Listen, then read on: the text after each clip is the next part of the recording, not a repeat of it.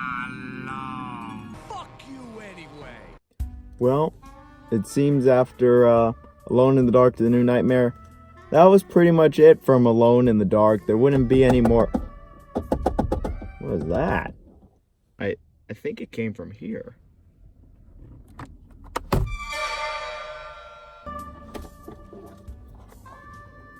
Yeah, there was the 2008 Alone in the Dark reboot by Atari.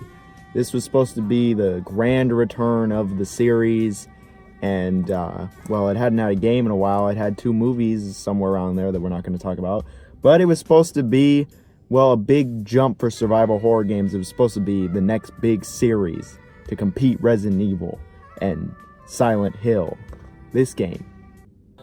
So here we are with Alone in the Dark 2008. Yes, the menu screen isn't exactly the best, but it looks better than the last couple games, I guess. I will say first off, the game tries to do something that didn't really catch on that much in gaming, and that was the use of episodes in the game. And it's not like where you can buy each episode individually like Siren Blood Curse or a Telltale game. No, it was that you actually just buy the whole game, and then it splits them up into episodes in the game itself. Resident Evil Revelations does this actually, and I'm not against the idea, but man, I just don't think they needed to be here, and I'll explain why much later. So every time you start the game back up, or you start a new game, it has the previously on Alone in the Dark, and then it goes on and has a little recap like a TV show. Anyway, the game starts out in first person. You're waking up from something, and you see this other guy with you, this old man, whose name is Theo. You're waking up from a exorcism or something, they say, something like that, and there are these other people who are clearly the bad guys because they have guns and military outfits. They say some cryptic shit about a ritual and a stone, and then they're taking you up to the roof to kill you, but then the guy gets attacked by some benevolent force. So then your character escapes and sees the old man basically plummet to his death with the other guy who is the antagonist of the game. After that, our hero comes across a mirror and finds out just what he looks like. He also has amnesia and doesn't remember anything of what happened prior to waking up. After continuing a bit, he meets up with this woman named Sarah, who also doesn't know what's going on. And outside, it seems like the end of the world is actually happening. All the while, the bad guys are talking about the light bringer to Earth or some crap like that, and they need the stone to do it. They want to summon the demon, it seems. But the duo just want to get the hell out of there. They eventually find Theo, the old man, that was presumed dead in the parking lot, where he leaves with them. After they eventually get out of this godforsaken building, they get to Central Park, where the old man actually just kills himself, saying to find him in the museum or some shit, and gives Edward the stone. Whoop. Did I spoil it a little? Well, you see, right after this, you do a bit more investigation, and you find out that, yeah, you are actually Edward Carnby. Yes, the same Edward Carnby from the original games. However, apparently only Alone in the Dark 1 and 2 are canon, since that's all that's referenced. But yeah, it's the same dude who is well over 100 years old. And Sarah and Edward, the pair, they just go, okay. With all this other shit going on, Edward being 100 years old doesn't really sound too crazy, I guess. After this, the pair will make their way to the museum and just try to figure out what the hell is going on. Honestly, I could go even further in the plot, but I'm going to just stop there for a second for a general plot synopsis. So the plot, if you couldn't tell, at least the beginning portion of it, purposely makes you ask about 22 different questions and gives you basically 2 answers. Questions like, who really is this old guy? Who is the antagonist? Why is the stone that everyone keeps bringing up so important?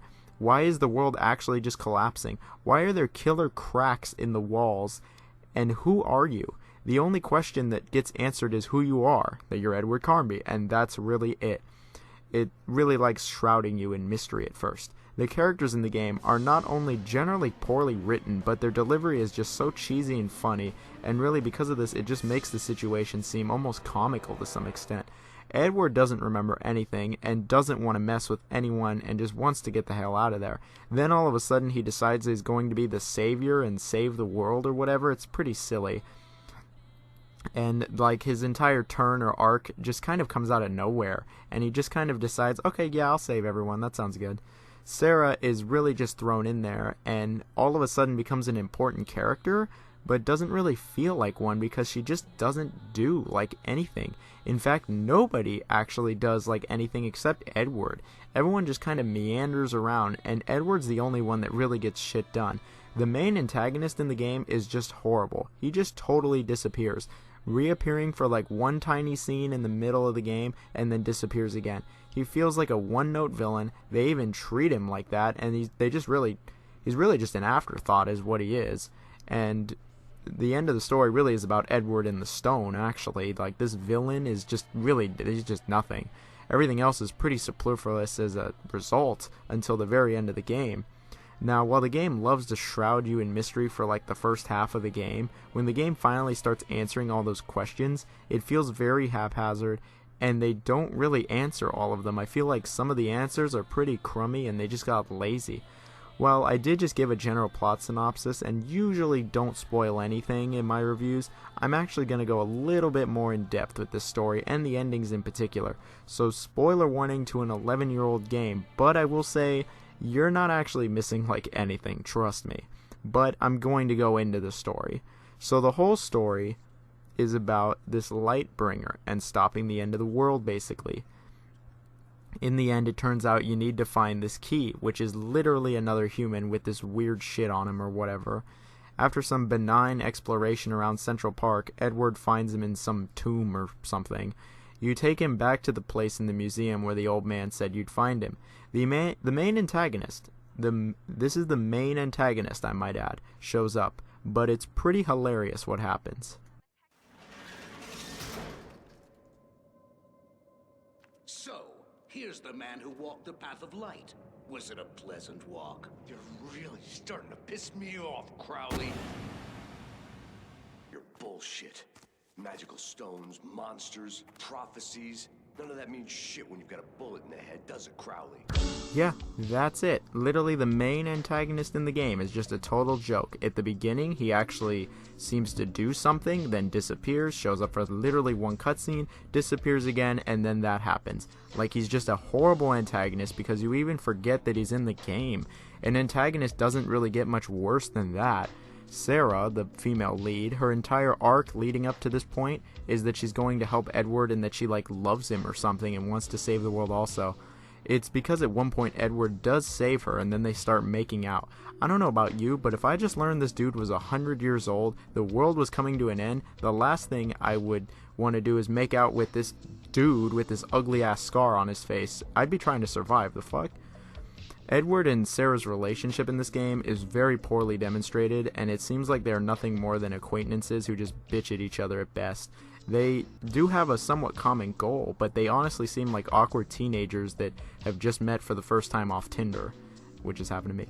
But no, they apparently love each other and stuff, like whatever. Anyway, I've totally gone off track at this point, so let me realign. So Edward and Sarah and the key, the person, go into the secret tomb that's in the storage room that's in the museum. Here there is this giant door. The key says that literally this is the door to Lucifer, as in the devil, as in Satan. Both keys are put in and the door opens. Edward holds the stone and begins getting possessed by Lucifer. See, whoever holds the stone becomes a vessel for the devil to use when he finally comes to Earth. However, Sarah grabs the stone and she starts getting possessed. You're then given an option to either kill Sarah and then you get possessed, or let Sarah get possessed by Lucifer. So let me go over the endings. If you let Sarah live and have her become Lucifer, it's pretty funny what happens. Are you all right? Do you love me Yes, more than your memories? they're the past. Would you fight me? What will you do now? Kill me? Fuck How you. does it feel to be so alone? I'm used to it. If you kill Sarah and get possessed, it's even funnier what happens.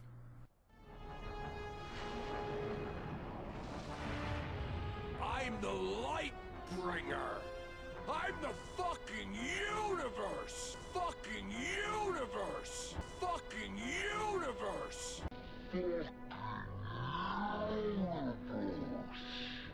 I will be honest, I can't tell which ending is the good or bad ending. They're both pretty bad, and Lucifer ends up coming to Earth and is just going to take over Earth.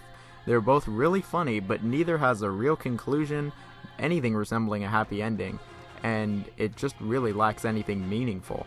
All it really does is just sparked up a bunch of memes. That's all that's really happened with these endings. Like, I'm the fucking universe? How do you even write something like that and think it's serious? Besides the ending being just completely inconclusive and not even an ending, I think it's time to bring up the major plot holes that is in this game.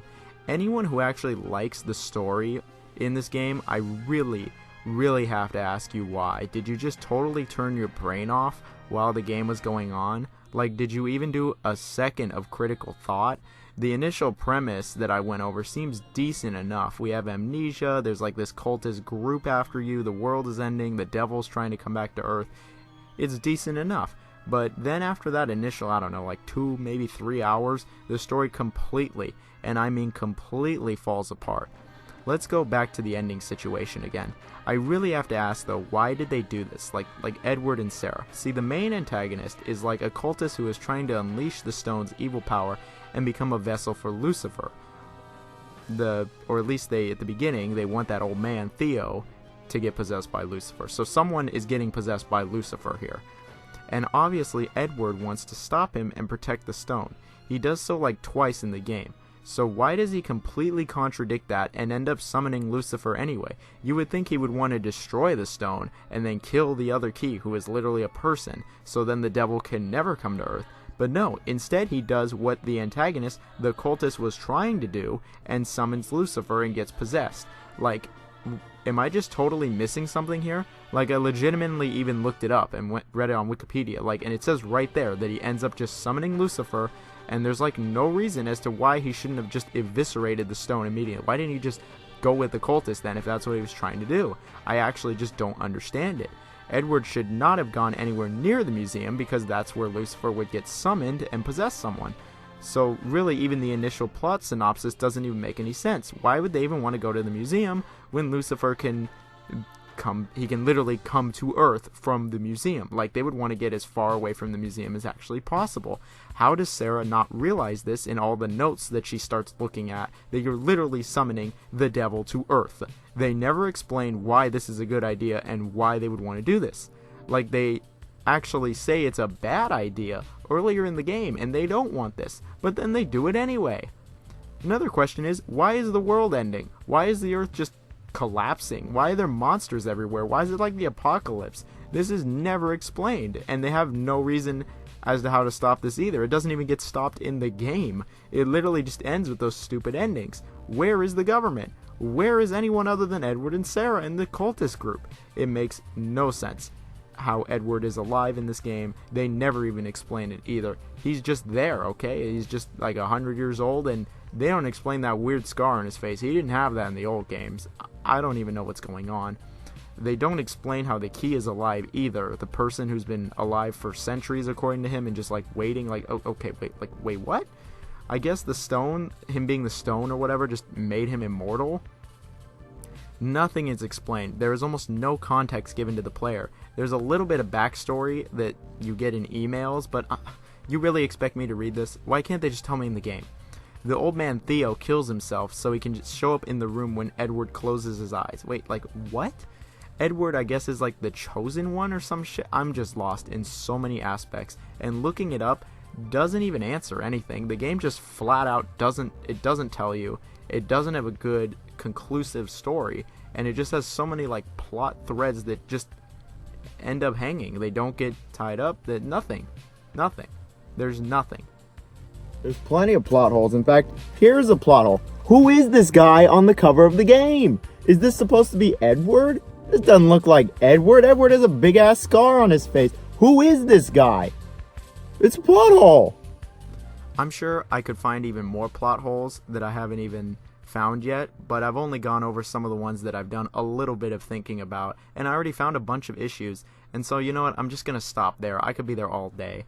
This story sucks. The characters also suck. They have varying degrees of sucking, to be fair, but they just all suck. The world in this game, it sucks. The game initially can draw some intrigue and interest, however it completely fails to capitalize on any of this at all, and just ends up being a complete mess of a story, and really a waste of time. No, when it comes to a story in a video game, this is one of the worst I've ever seen, where they just don't give a shit and just have a ton of loose ends. It's a real slap in the face to the original Alone in the Dark games and its fans. But I'm done with the bitching of the story. It's already almost at the 15-minute mark. It's time to talk about the gameplay. Alone in the Dark is a survival horror, third-person, first-person, somewhat open world, but also linear game with lots of platforming. Did you catch all that? Me neither. Let's just dissect this game one aspect at a time. When you start the game, it's in first person. You actually have to blink because your vision is just going to crap. I don't know how that makes any sense, but I would never want to drive like this. This blinking mechanic in the game, though, is awful. You have to push down on the right analog stick to blink. You have to do it very frequently, and it gets very annoying quickly. However, it's only in the first part of the game where you need to blink. This is the first 5 to 10 minutes of the game also. Okay, so after that, you're introduced to the real mechanics of the game. So the game sometimes has fixed camera angles. Sometimes, depending on the area you're in. Then sometimes it just has a normal third-person perspective. However, at any point, regardless of what angle you're at, if you press Y on an Xbox 360 controller, you go into first person. The game has a few gameplay aspects to it. The game is combat, it has puzzles, survival elements, world interactivity, it even has platforming in it, and then there's even open world aspects to it. Let's just take it one step at a time. Let's start with the combat. There are a few methods of attacking, really. Early on in the game, Edward actually gets a gun. You basically always have ammo for this gun throughout the entire game. To shoot the gun, you have to actually go into first person, and then you literally just aim and shoot. It's pretty simple. You only ever have this pistol. It's pretty weak, it's pretty slow, and it takes a while to reload. It's not the best, and is really used for the other types of weapons, and it's not a very good weapon to use in combat. In the world, there are many objects Edward can pick up and attack with. Chairs, baseball bats, tables, anything that's really lying around that he can pick up. You can pick it up and you can swing it. To swing, you use the right analog stick, literally flicking the stick in the direction you want to swing your weapon. So yes, a lot of flicking the stick as you try to attack enemies with it, knocking them over and such. The enemies in the game come in 4 variants. These little bug shits, these die in one hit from literally everything. These cracks. Yeah, they're literally just cracks in the wall or the ground, and you blow these up. The humans, that's humans with a Z, and everything these guys try to do really is just a melee attack, or they'll actually shoot their long-ass tongues at you, and usually you just knock them over with your melee weapons. The last enemy type is these tall, big as shit creatures that throw shurikens at you, I guess, and do melee attacks. Really, it's just a stronger version of the humans with a Z. Now, the humans with a Z cannot be truly killed unless you burn them. You can beat the shit out of them all you want, but they won't really be dead. They will come back eventually.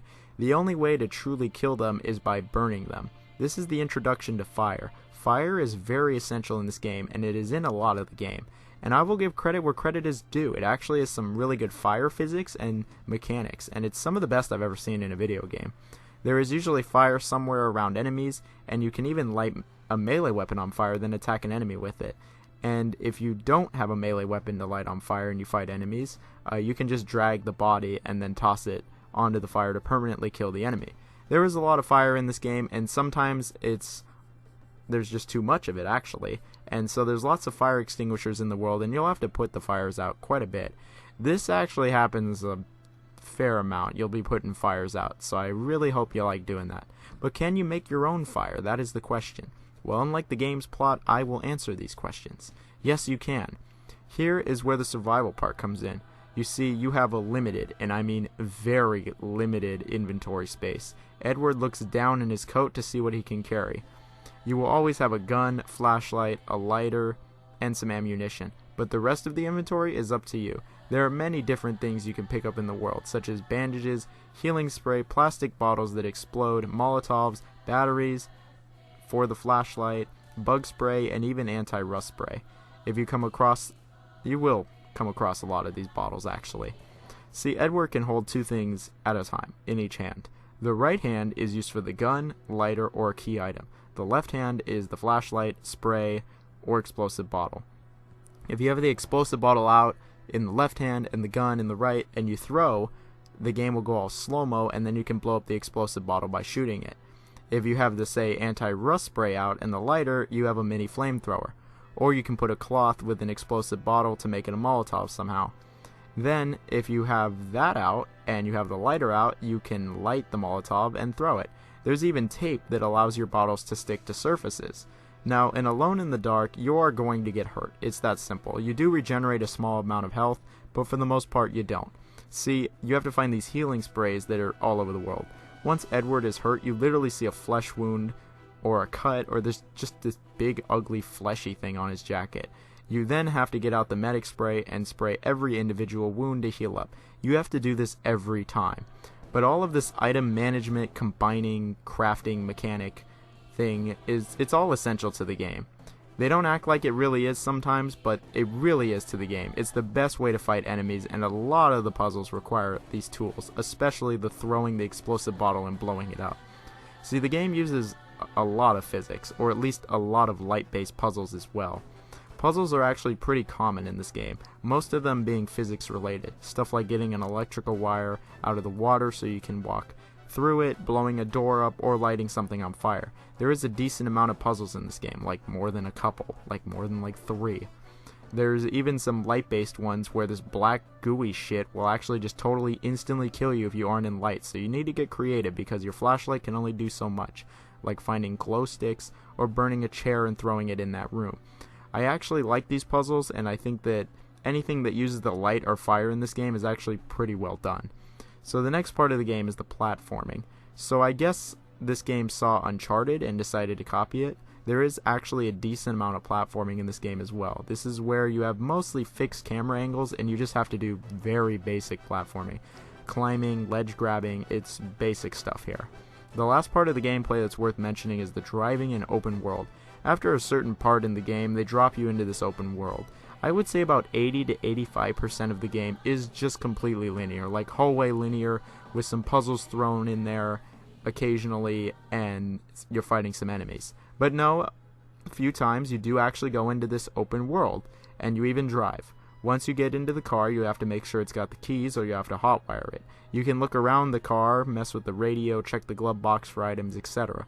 The driving is very substandard and is very basic. Also, the world is going to shit around you, so don't expect smooth terrain. There is also the open world, which is Central Park. There's only 2 things actually to do in this open world. Go to the objective and burn these weird roots. There are these roots that sprout up all around the open world. You light these on fire to kill them. By doing this, Edward's eye ability gets stronger or some shit, because near the end of the game, the puzzles actually require Edward to close his eyes in order to see some weird light symbol, and then line up with his flashlight and this important item where he saw the symbol. Okay, well, hopefully I've made some sense of the gameplay, and it doesn't sound as confusing as I initially made it sound. The game is a lot. It has a lot of aspects, really, in terms of gameplay, and tries to do a lot of different things with varying degrees of success, but we will get to that soon enough. Let's talk about the presentation. The presentation in this game is questionable. There's some aspects that are decent, and there are some that are pretty bad. It's a mixed bag all around. Let's start with the character models. They are pretty lacking and don't look very good.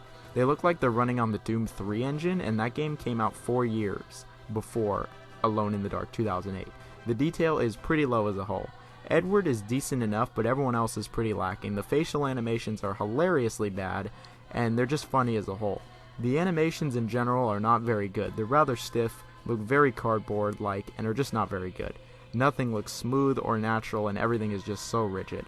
The fighting looks wonky as hell also. The models are not so hot. What is hot is the fire. Fire actually looks really well done in this game. I'm not gonna lie, it looks really good. And most games don't even have fire on this level in this day and age. And so the fire looks excellent. It just animates really realistically, spreads in an awesome looking way, looks good. Unfortunately, the textures They all look pretty last gen for the 360. They just look pretty basic. They're really muddy, really dirty and blurry a lot of the time with some pop in. They just don't have much detail and look pretty outdated even for 2008. A lot of the detail that is present looks pretty plastic. Even the lip syncing just looks plastic. Like I said, it looks pretty last gen, and it actually looks pretty similar to the original Gears of War in terms of textures, and that game came out years before this. Then there's the frame rate. The frame rate in this game is consistent for a good portion of the game, I will say that, but there are some times where it just comes down to a chugging halt. We're talking about one digit, and sometimes the game just literally freezes up and then continues. It's usually okay, but some of the parts of the game, like when you're driving, it just dies. Or loading a new area, the game just freezes up. It wasn't a major issue. You don't drive that much in the game, but as a whole it was generally lacking. So like I said, the graphics, pretty mixed overall. It wasn't very good. Then we get to the sound, and the sound fares a little better. Alone in the Dark has always had excellent sound design. That's something the series has just had as a whole. And this game is actually okay. The music in the game is pretty decent. It's not totally generic crap you'll forget immediately. There is plenty of that in the game, but a number of the tracks are actually pretty memorable. And some of them that are all ancient sounding or a cappella, actually pretty good, I'm not gonna lie. Decently catchy. Not all of it was amazing or even okay, but there were a number of tracks that kind of surprised me, and I was like, wow, this isn't totally garbage. I expected just totally generic crap, and it wasn't that. And it actually sets the mood of the game decently well. Sound effects are okay.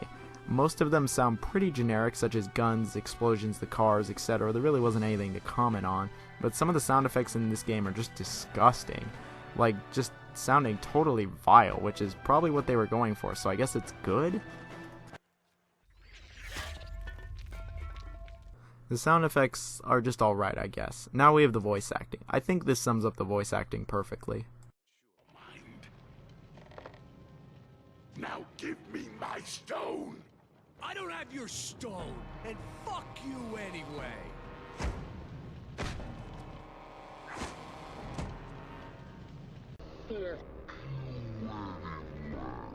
The voice acting in tangent with the writing, it's just funny, cheesy, a bit generic, and it's just generally silly. Some of the writing is just ridiculously stupid in this game, and you would never find anyone saying some of these lines in this context.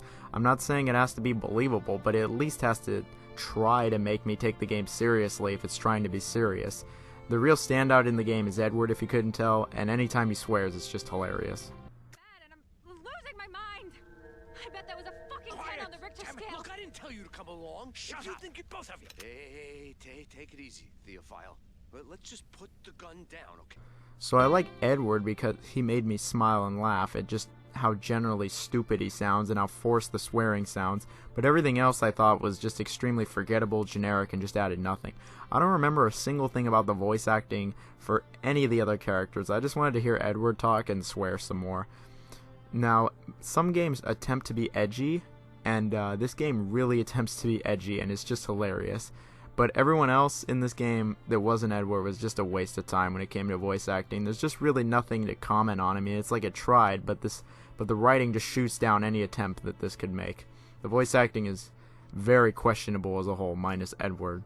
Use Edward. Wait.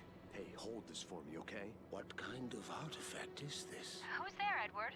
There's a soul inside. This is Hermes, Sarah. He's the key. Don't ask me why. Speaking of questionable, where did the game even go? Where?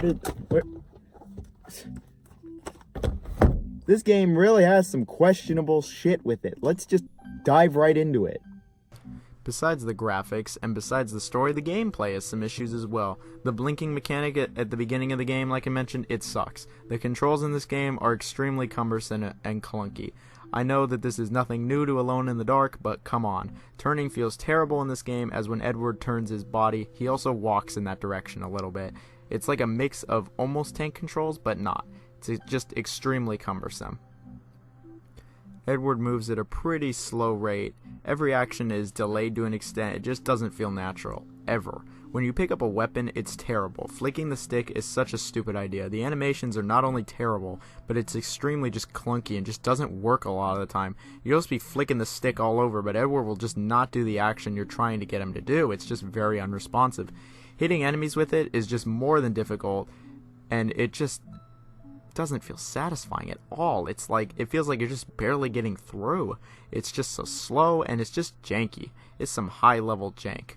Knocking over doors in this game is just awful. They want you to use like a melee weapon, but it just doesn't work a lot of the time. I hit the door over and over with the melee weapon, sometimes for a minute straight. It just doesn't fall down. So I usually have to just go find an explosive bottle and blow it up because I can't open the door. Speaking of explosive bottles and just inventory management in general in this game, it's just extremely clunky. I'm obviously playing with a controller, and it's probably a lot smoother with the mouse, or at least I would think so, but it just feels very cumbersome. I never got used to it at all. It's just so slow to manage items in this game. It's unintuitive as hell, and it can be confusing to look at. Healing up with the medical spray is just a terrible idea, and it's implemented even worse. It breaks the flow of the game because you literally have to just stop moving and spray all your wounds. But item management inventory system as a whole, this entire system is just very poor. That interface just sucks. Next issue is the physics in the game. They're not very good. They frequently don't work how they should. The physics just go all over the place. The collision detection is just very questionable as a whole. The physics in general are just really unpolished, and I died quite a number of times just because they just weren't working right. Luckily, the checkpoints in the game are actually really good. The platforming is pretty terrible all around. It's just extremely janky, it's slow, it doesn't feel natural or smooth at all like Uncharted or even Infamous. The last thing to mention for the jank is the driving. The driving is just absolutely terrible in this game. Not only do the cars just control horribly, they're just sliding all over the place like they're on ice, but the environments that you drive the cars in are even worse. The car is just, it just doesn't control like how you would think. Sometimes it turns like crazy, or sometimes it turns on a dime, or not enough. It's not smooth, it's inconsistent, it's unresponsive, and the bottom line is it's just not fun to drive. Every time in this game I got in a car, I dreaded it, because it just wasn't fun. What really makes the driving worse, though, is that the car literally gets stuck on everything. A slightly elevated crack, car stops, gets stuck, or it's like lightly skidding off a tree, car stops, gets stuck, you gotta back up, you can't even slide past anything. No, you have to be completely, you can't be touching anything. It's just extremely inconsistent. Like when it comes to getting stuck on stuff, sometimes it gets stuck on parts of the environment you wouldn't think it will, sometimes it doesn't. It's just like even inconsistent terrain and the car gets stuck. The car gets stuck on like borderline everything, and that's not even an like exaggeration. It just gets stuck on everything. And the collision detection is just horrible in a vehicle. You find yourself frequently getting stuck on like everything because of just the poor terrain. And the collision detection just doesn't help you at all. Any of the missions where you have to move fast or get somewhere fast, good luck, because you'll be doing just fine, then go over some hedge of grass wrong and the car gets completely stuck and you just stop and you have to restart. The open world is just awfully, and I mean awfully, implemented. Not only is it a pain in the ass and just terrible to drive around in because of the bad driving, there's nothing to do. The only thing that there is to do in the open world is to do the next objective or burn the roots. Now near the end of the game tells you need to start burning these roots. Now, never have you needed to burn roots at all until the very end of the game. They literally tell you gotta burn like 70% of the roots in the game. And I hadn't done any up until that point, so because I was like, why would I want to do this shit? I just want to go on to the next part of the game. Well, no. They make you actually go around the open world and burn all the roots. Or at least, not all of them, but a lot of them. And it's to literally progress in the game. They actually put this up. And they put it up with a barrier. A literal light barrier. Like, it's just very blatant padding. It's some of the most blatant padding I've ever seen in a video game, actually. It adds maybe another like 2.5 hours to the game of just going around the open world burning the roots. I mean, it just wasn't fun at all. The game overall was like 10 hours long, and this added like another 2 hours total. So it was like, this really is padding. It sucks, it was not fun, and I hated it. And I'll tell you what this game's biggest issue is, honestly. If you couldn't tell, like when I was explaining the gameplay, this game tries to do way too much. It's just overly ambitious on every front, and it basically fails in every aspect. They just couldn't stick to one gameplay style. The game is just way too ambitious for its own good. I mean, that entire TV series with episodes in the previously on Alone in the Dark that I brought up at the very beginning of the review, like, it just totally falls flat in this game. Like, it falls flat on its face, and it cuts out at the most inconvenient times and really hurts the pacing more than anything else, and it's just not well implemented, honestly. The game tries way too much with its survival elements, trying to get rid of the HUD, multiple control schemes, multiple camera angles, Uncharted-style platforming, really like an empty open world, and terrible driving mechanics. Instead of focusing on maybe like one or two gameplay styles and perfecting those, or at least making those good, they instead just throw all the shit at the wall and they see what sticks. And I'll be honest, the only thing that sticks in this game is the fire mechanics. They are probably the best aspect of the game. Everything else has either a glaring issue that borderlines ruins it, or it just has a bunch of little issues that also make it not very good. Literally every aspect of the gameplay, it just absolutely, totally falls apart. I think it's the best way to describe Alone in the Dark 2008. It is a game that just absolutely falls apart. It tries to do way too much in every aspect. It tries to have a grand story, all these interesting gameplay mechanics, and well, the game sucks. It's considered one of the worst reboots of any series and is a prime example of how you don't reboot a game series. Did the game have any potential? I guess, maybe, probably not though, not with that storyline. I honestly think the game was severely rushed as well just to get the game out. I mean, look at all the bugs and how janky it is. So when the original game came out, it came out on PS2, Wii, 360, and PC, but not PS3. See, it came out 6 months later on the PS3, and this version of the game is called Alone in the Dark Inferno, and apparently fixes some of the issues I had with this game, specifically the driving, the interface, and a lot of the bugs. So that literally leads me to believe that this game was just rushed out the door.